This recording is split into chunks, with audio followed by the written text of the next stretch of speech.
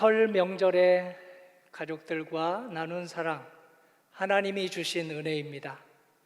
특별히 가족 중에 아픈 새끼손가락이라고, 우리 집안의 아픈 새끼손가락이다 생각하는 사람에게 베푼 그 사랑은 특별히 하나님이 주신 사랑이라고 하겠습니다. 가정예배 드리면서 드린 기도 하나하나 성도님들의 헌신과 섬김을 통해서 주님의 뜻대로 이루어지기를 기도합니다. 오늘 말씀 들을 주제는 성결한 성도, 정결한 성도입니다. 야고보서는 레위기서를 받아서 어떻게 성결한 삶을, 정결한 삶을 살 것인가 하고 우리에게 전해주고 있습니다. 사람은 진리의 말씀으로 성결한, 정결한 삶을 살아가는 존재다 하는 말씀의 은혜를 받겠습니다. 1장 18절이 가슴에 간직하고 싶은 요절입니다. 피조물 중에 우리로 한 첫 열매가 되게 하시려고 자기의 뜻을 따라 진리의 말씀으로 우리를 낳으셨느니라. 아멘. 부모님 통해서 우리가 이 세상에 태어났는데요, 진리의 말씀으로 우리는 한 번 더 하나님의 딸과 아들로 태어나는 그 선물을 받습니다. 진리의 말씀은 예수님을 가리킵니다. 구약은 예수님을 미리 예고해주고 신약은 모두 예수님의 말씀입니다. 우리 속죄함을 위해서 십자가에 나 대신 돌아가시고 나의 부활을 위해서 부활의 첫 열매가 되시고 나의 이 세상, 다음 세상의 삶을 위해서 다시 재림하실 예수님이 바로 진리 말씀이다. 이 진리 말씀을 가까이 하며 새기며 또 그 뜻을 알아들으면 우리는 소생하고 사랑하고 상생하게 된다는 말씀입니다. 성경에서 그러므로 우리 입술의 모든 말과 마음의 묵상이 진리 말씀에 근거할 때 더 사람다워지고 더 성도다워지고 나이가 80이 넘어가면 늙어가는 것이 아니라 성숙하게 익어가는 은혜를 받습니다. 진리의 말씀 청종하고 새기면 새길수록 소생의 힘을 얻고 기동합니다. 영혼이 잘 되고 범사가 잘 되고 강건해지는 은혜를 받습니다. 진리의 말씀을 뜻을 깨달아서 잘 청종하고 새기면 생명을 얻고 부활 생명이 더 풍성해집니다. 특별히 삶 속에서 저 사람은 참 대단한 사람이다, 저 사람을 보면 교회 다니고 싶다, 저 사람을 보면 우리 예수님에 대해서 알고 싶다라는 그리스도의 편지로 살아갑니다. 진리의 말씀, 우리 예수님의 말씀을 먹고 마실수록 하늘의 신령한 은혜를 받아서 그 은혜로 사명을 감당합니다. 화평을 추구하며 사명을 감당하고 합력하여 선을 이루며 직분을 감당합니다. 우리가 그렇게 살아갈 힘을 예수님은 이렇게 요약해 주셨습니다. 마가복음 7장 15절입니다. 무엇이든지 밖에서 사람에게로 들어가는 것은 능히 사람을 더럽게 하지 못하되 사람 안에서 나오는 것이 사람을 더럽게 하는 것이니라. 성결한 삶, 정결한 삶에 관한 말씀인데요, 말씀의 겉뜻 문자만 보지 말고 율법의 문자만 보지 말고 그 율법에 담긴 율법의 근본 정신, 율법의 속뜻을 보라는 말씀인데요, 성령의 능력을 받고 성령의 도우심을 받을 때 우리는 말씀, 율법의 속뜻을 새길 수 있습니다. 속뜻을 새기면 우리는 겉모습만 가꾸지 않고 속마음도, 인격도, 사람을 대하는 자세도 가꾸게 된다는 말씀입니다. 신앙생활을 할 때 이런 이야기를 들을 때가 있습니다. 신앙생활에 성경만 필요하지 문학, 역사, 철학 이런 인문학은 전혀 필요 없다, 성경만 있으면 된다는 이들이 있습니다. 성경 안에 모든 답이 있으니 오직 일생 동안 철로, 역정도 필요 없고 세계 3대 참회록도 필요 없고 그 많은 신앙적 서적도 필요 없고 오직 성경만 보면 된다는 주장입니다. 한편으로 일리가 있는 말인데요, 또 한편으로 더 깊이 새겨보면 이런 사람들 중에 성경을 보면서 자기가 읽고 싶은 부분만 쏙쏙 뽑아서 읽어내는 그런 오류를 범하는 분들이 있습니다. 그리고 그 선택해서 읽은 아주 몇 구절을 해석할 때 자기 입맛에 맞춰서 해석하고 그리고 자기 좋을 대로 자의적으로 성경을 해석하는 이들이 있습니다. 이게 심해지면 사이비교주가 되고 극단적 광신도가 되어서 우리 교회 다니지 않는 사람으로 하여금 눈살을 찌푸리게 합니다.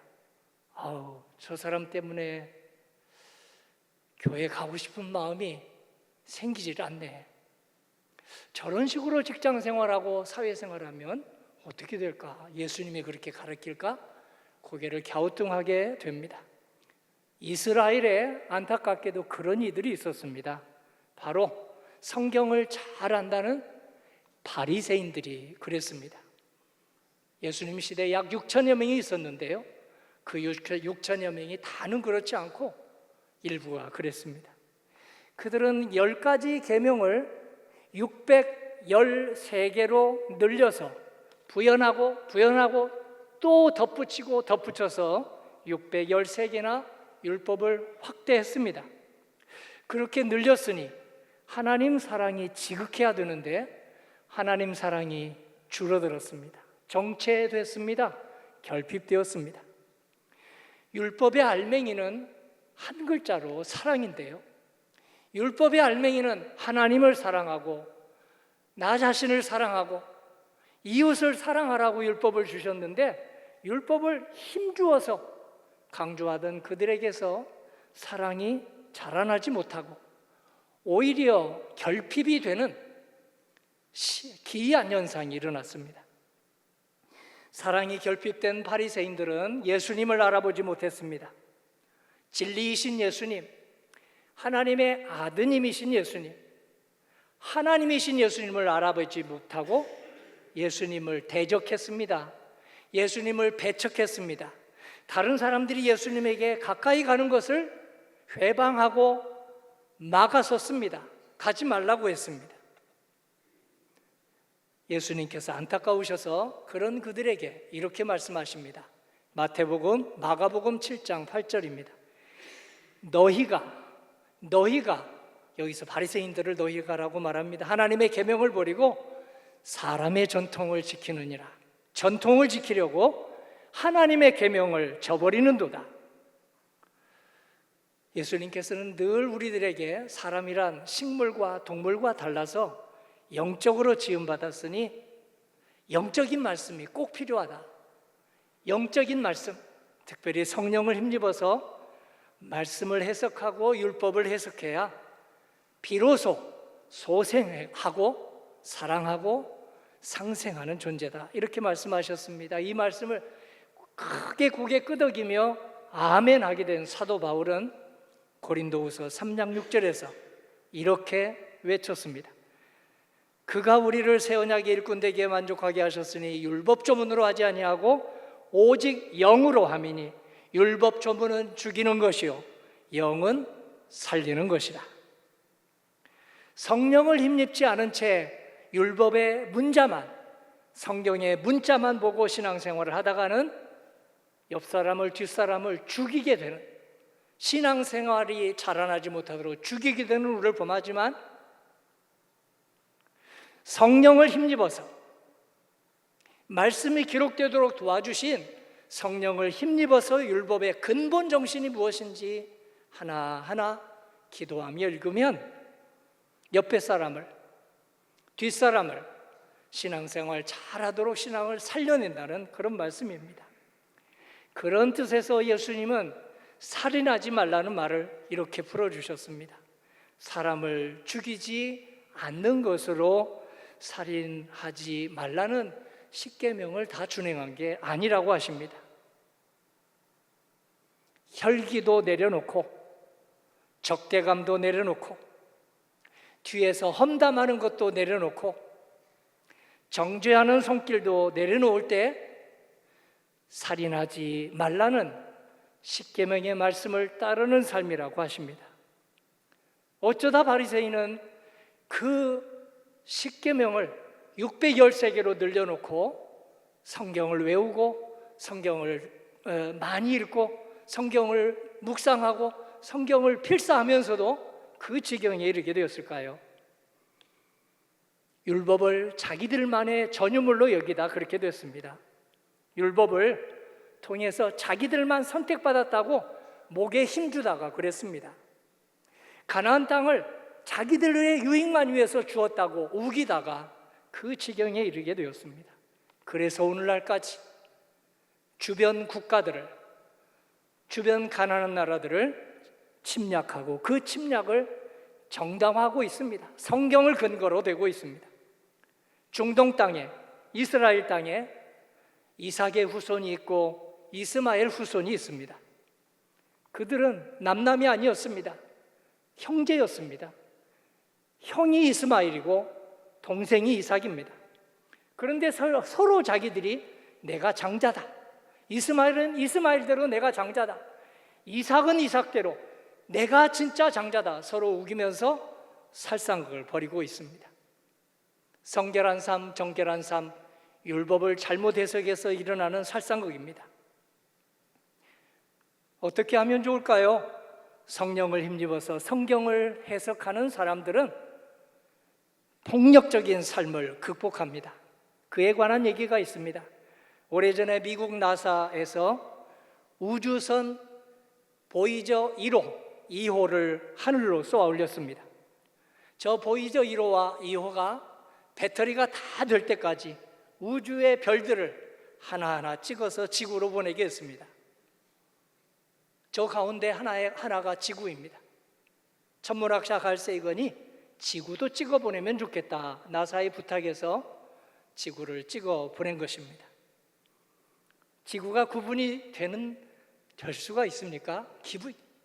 너무 작아서, 지금 저건 확대해서 본 지구인데요, 우주 속에 있는 우리 지구는 먼지 하나, 티끌 하나처럼 보여서 보이지도 않습니다. 하나님이 창조하신 수천억 개의 별들 가운데 하나인 이 지구에서 우리는 티격태격 싸우고 적대시하고 죽이고 살고 있습니다. 하나님이 결탄코 기뻐하실 리 없는 폭력을 신앙적 명분을 내세워서, 정치적 명분을 내세워서 폭력을 조장한다면 그건 성경의 근본 뜻이 결코 아닙니다. 성경은 유대인만의 전유물이 아닙니다. 성경은 바리새인들만의 전유물이 결코 아닙니다. 성경은 만인에게 주신, 대한민국 사람에게도 주시고 온 세계, 전 세계 사람들을 위해서 주신 하나님의 선물입니다. 만인이 다 함께 소생하고, 유대인만 소생하라는 게 아니라 다 함께 소생하고 다 함께 서로 사랑하고 다 함께 서로 상생하도록 주신 하나님의 각별한 배려에서 나온 선물입니다.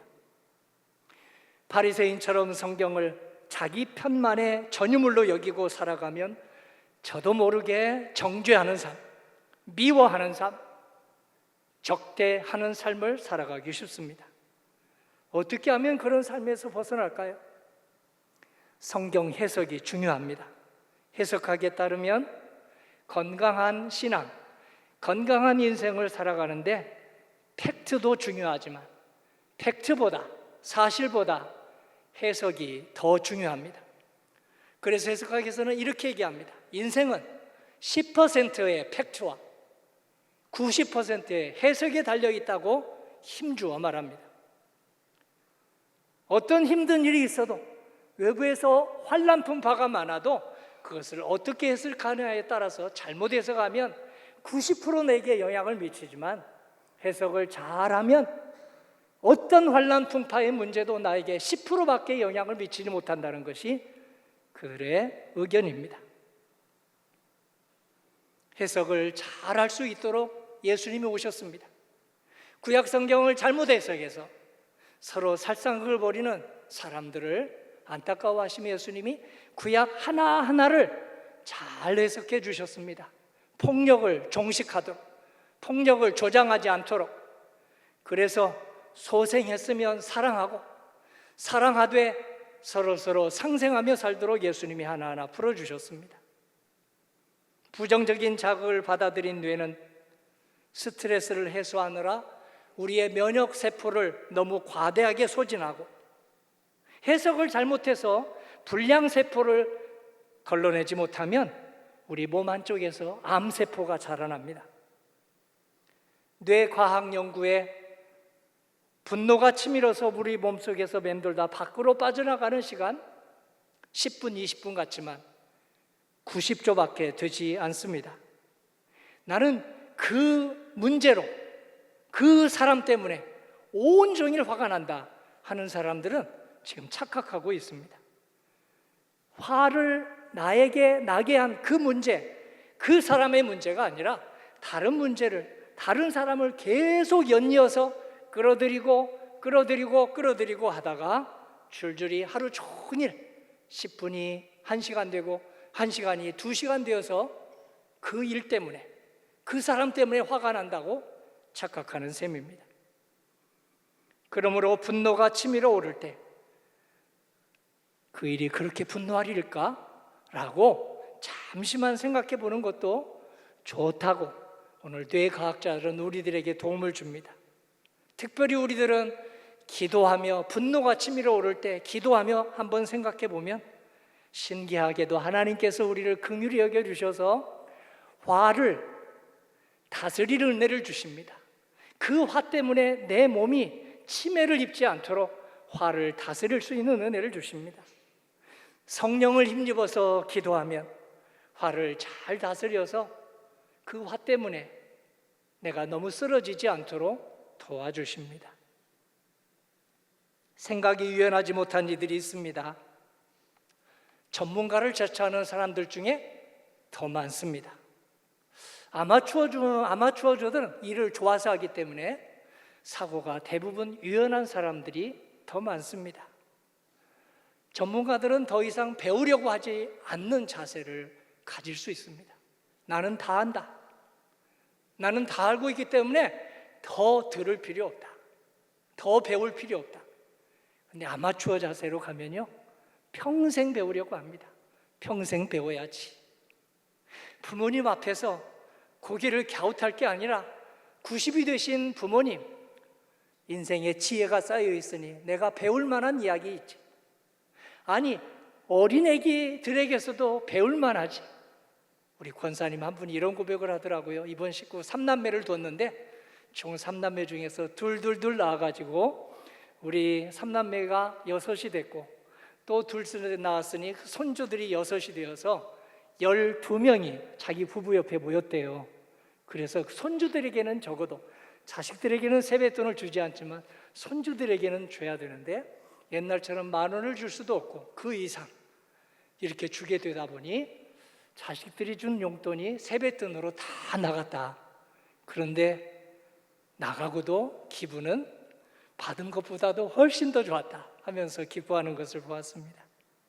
성도님들도 모두 그러셨을 것입니다. 성경을 대할 때 어떤 태도가 좋을까요? 경직된 태도가 좋을까요? 나는 다 알고 있어 이미. 경직된 태도가 좋을까요? 아니면 나는 모르는 게 더 많아. 하나님이 알려주시는 것만큼만 알 수 있어. 성령님의 도움을 내가 받아야만 조금이라도 할 수 있어 하는 그런 유연한 태도가 좋을까요? 유연한 태도가 아니겠습니까? 기도와 성령의 도움을 받아서 주여 알려주시는 만큼 알겠습니다. 도와주시는 만큼 알겠습니다 하면 얼마나 많이 도와주시겠습니까? 얼마나 많이 그 뜻을 깨닫게 해주시겠습니까? 사도 바울은 성령의 도우심을 받지 않고 성경을 대할 때 세상에서는 성경 박사임내 했지만 사고가 경직되어 있었습니다. 예수님을 몰라봤습니다. 예수님 믿는 사람들을 못살게 굴었습니다. 핍박했습니다. 잡아 가두었습니다. 그러다가 부활하신 예수님을 만나서 생각이 열렸습니다. 나는 성경에 하나님의 뜻에 만분질도 모르는구나. 알려주세요. 알려주시는 만큼 알겠습니다. 기도했습니다. 성령의 도우심을 간절히 간구했습니다. 그래서 그는 거듭났습니다. 유연한 사람으로, 경직된 사람이 유연한 사람으로, 닫혀있던 마음이 열려있는 마음으로 거듭나자 그는 날마다 은혜를 받았습니다. 하나님의 소생의 은혜, 하나님의 사랑의 은혜, 하나님의 상생의 은혜를 받았습니다. 그리고 외쳤습니다. 히브리서 4장 12절은 그의 간증입니다. 하나님의 말씀은 살아있고 활력이 있어 좌우의 날선 어떤 검보다도 예리하여 혼과 영과 및 관절과 골수를 찔러 쪼개기까지 하며 마음의 생각과 뜻을 판단하나니. 아멘. 이렇게 열린 마음으로 진리 말씀을 청종하고 새기면 그 말씀이 우리 영혼을 비춥니다. 우리의 트라우마를 비춥니다. 우리의 분노를 비춥니다. 우리의 스트레스 받은 마음을 비춥니다. 우리의 누구도 알지 못하는 꽁꽁 숨겨놓은 상처를 비춥니다. 비추시고 그곳에 치료하는 광선을 발하여 주십니다. 말씀을 정종한 베드로는 소생의 은혜, 사랑의 은혜, 상생의 은혜를 받아서 이렇게 간증했습니다. 베드로전서 1장 23절입니다. 너희가 거듭난 것은 썩어질 씨로 된 것이 아니요 썩지 아니할 씨로 된 것이니 살아있고 항상 있는 하나님의 말씀으로 되었느니라. 베드로처럼 성도님과 저도 우리를 소생과 상생과 사랑의 삶으로 이끄시는 진리 말씀에 마음 활짝 열고 유연한 태도로 주여 알려주세요, 성령님 알려주세요, 알려주셔야 제가 깨닫습니다 하는 마음으로 청종하고 청종하여 소생과 사랑과 그리고 상생의 은혜 가족들에게 이웃에게 전하시기를 주님의 이름으로 간절히 기원합니다. 아멘.